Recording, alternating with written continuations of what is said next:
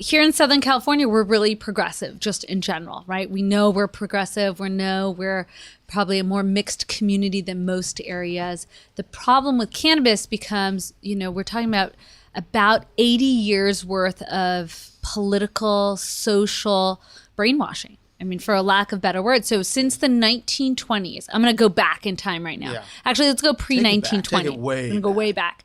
So pre-1920s, we actually used cannabis in medical supplies. So we have Eli Lilly had a medical cannabis tincture that was mixed along with morphine and chloroform.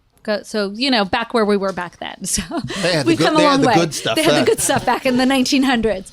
But got a cold? Here's some morphine. We didn't have antibiotics yet. We didn't have insulin yet. So we were really using, things that we could get our hands on, which were things from the plant. And prior to 1920s, that's really where our sophistication was on a medical level. Okay. Then you get to the 1920s and immigration from Mexico.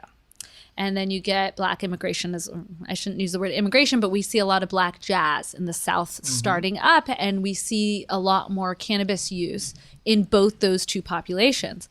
And of course, we know these are the two populations that tend to be more oppressed and tend to be more racially profiled against in general. So in the 1920s, what happened was Mexican immigrants brought in marijuana.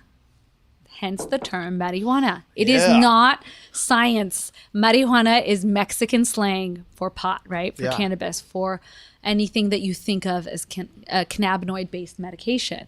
Yeah. And what the they moto, did, right? right? The Exactly. moto. So there was, and I was actually just showing this to Ray knows about the moto. we were just looking this up the other day, and if you look and you know the La Cucaracha song, I don't know if anybody knows it. I know the song. Okay. So what, do you know all of the words that include the marijuana part? No. Okay, so it's keep going. What was the part you know?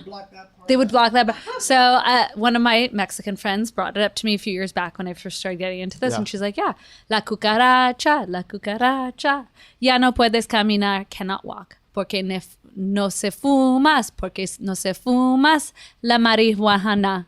So it's part and parcel serious? Because it was part of the culture. And Does Be Real know that?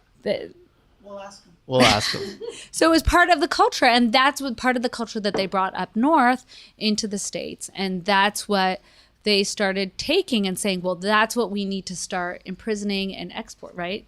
Exporting people back home or deporting people back home was because we want to prevent them from bringing in this negative new drug. It wasn't new. It wasn't a new drug. It was a new form and a new slang term. That's really where we're seeing the big difference.